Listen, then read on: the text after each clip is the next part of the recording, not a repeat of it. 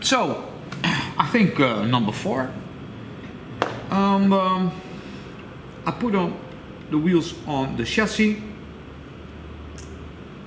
front and back, and I adjust them so I have a little play from left to right, and I also adjust the height of the front wheels. I want that it slightly just touches the surface of the track.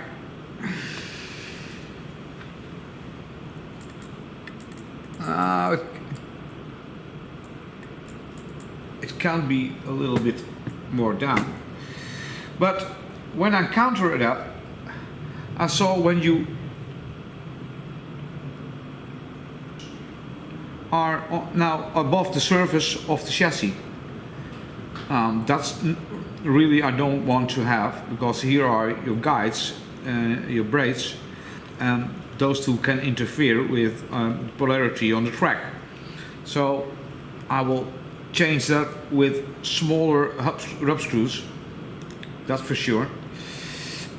Now the pickup shoe, I will space this one out with one spacer, so you got more pressure on the front.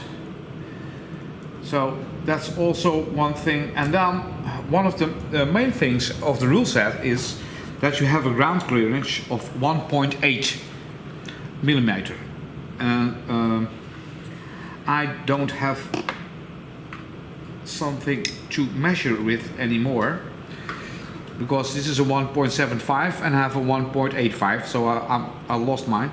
But this pastille, how they call it, when I look under the track of the plate, I have to see some light. And yes, it does. But at the beginning, it was total off. So I shimmed down the front of the car with 1 mil shims, plastic, left and right. Maybe you get it in focus now. Yeah. So it's on the front side a little bit up, and that gives this also a little bit of clearance over there. And then I reach the 1.8 clearance. Why do I have to have a 1.8 clearance? And also, why do I have some tape over here? Because when you drive digital, there is always 12 volt going to the rails. And when your motor rests on the rails, you get a short of one plus and minus. Then also you could cause fire on the track, but your chip, your digital chip, what still have to build in, will short and it's gone. So that's the rule set. You have to have 1.8 clearance, and as you can see, the rubber is sticking on the track, so we have this clearance now. Something also to think of, this is the brakes that came with the side ways. Since there are races from 1.5 hours in the Gt3 series, I will do thinner brakes from slotted, no, from MB slot. MB slot. I use the MB slot because they're a lot thinner, and they are good for races for 9 hours or 12 hours, and you don't want to change the brake in the race, because that is cost a lot of time. So those are perfect for that, but for a 1.5 race, I will change them after 1.5 hours, and then we will see again.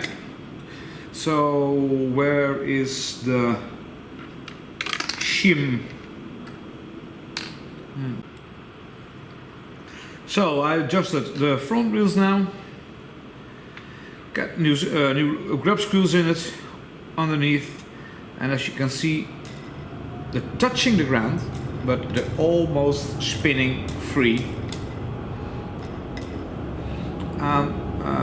This is the play to go up and down, because when you fix this and you come on a bumpy road like Ninko, the car will fly off. So now it can play with the bumps that are in Ninko. And that's really important to do that on a Ninko track. If you go on Polycar, I don't think that's very necessary, but slightly less, but so. Now the gearing, and then we're all set to go to the electric, I think. Yeah. Then we go to put in the oxygen chip. So we are in progress at this moment with getting the chip in. As you can see, this is the normal wiring that you get from Slotted,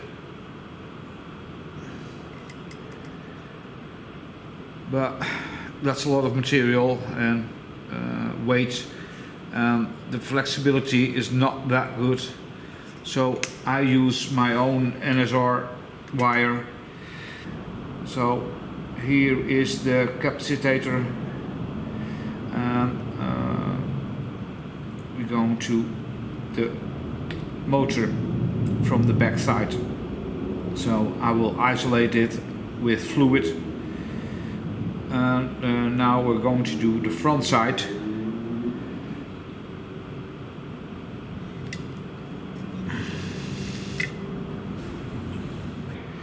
But first I saw in the car of Rob that he had some tungsten lead in it and lead at the front. This is not what I'm going to do first, but I think that will be necessary, otherwise Rob didn't do that. So and when I'm fixing the chip, I cannot reach this anymore, so I will do also a tungsten piece over here. That's the tungsten ballast SP23. Yeah, I have used double-sided tape again from Scotch. It could be 3M, I don't think. It doesn't matter a lot. So to fix the chip on the chassis, and here there was a hole already.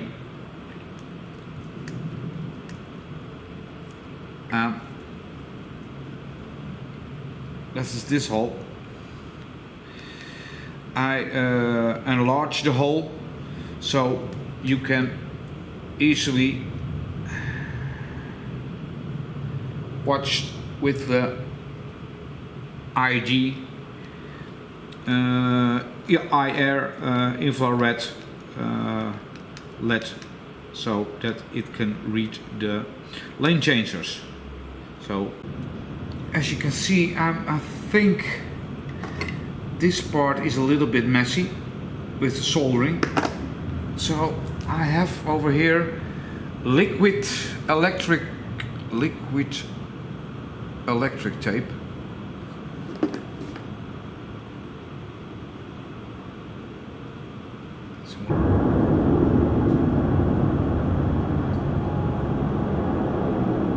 With some.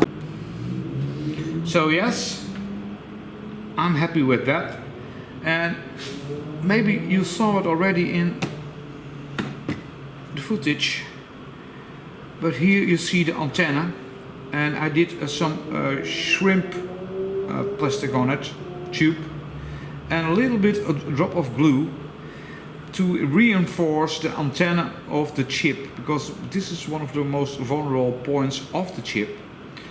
and with vibration, sometimes the soldering get loose.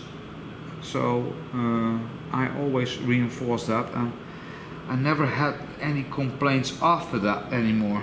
So and the antenna is one of the most perfect, most important things of the car, because when you're not, when you have no connection, you cannot drive anymore. So it's something to think about. So I think we're almost done. Oh yeah. I have to make a hole over here for the hall sensor. I think that's the only thing I still have to do. I'll show you the wiring. Very short to the sensor. What is it? Capacitor? No, it's not a capacitor. It's a ferrite man. To the ferrite man. Then it goes back to the plus. And small lines over here, and perfectly aligned. Come back. So all we need now is a little drop of voodoo at the collectors, so they can run in perfectly. And I will do that on a low pace, but first I want to see what it could reach at this moment. I think it's going to be running around 30 kilometers per hour if I did the measuring okay with the gearings. So I did an update of the firmware of Slotted.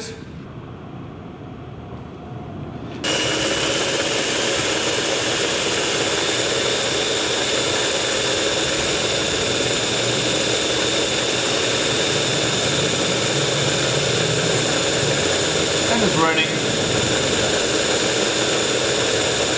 29.7 kilometers per hour. So, and those are the last steps that we make, because we have to do the lightning, and here is the minus and here is the plus of the connector to the light kit, so you can take them apart and then you can work on your car or on your body. I drilled a hole over here, so you can see the hall sensor at the other side over here. I don't think that is necessary, but you never know. And I drilled a small hole within the vacuum, so the antenna goes through the vacuum outside into the cockpit, because I don't want to bend this, and it's a better, you have a better connection in the cockpit than underneath the cockpit. And I think those are the last things I had to do, and I'm gonna test them tonight on my Carrera track. I'm not saying that I can make something out of that, because Carrera isn't Ninko. If it was Ninko, then I didn't wanted to build a new track. So, but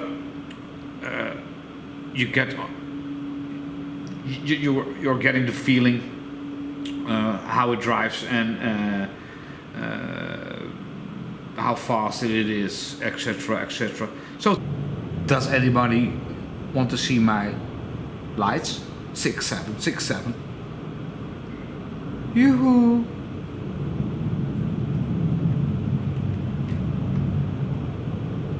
Whoa!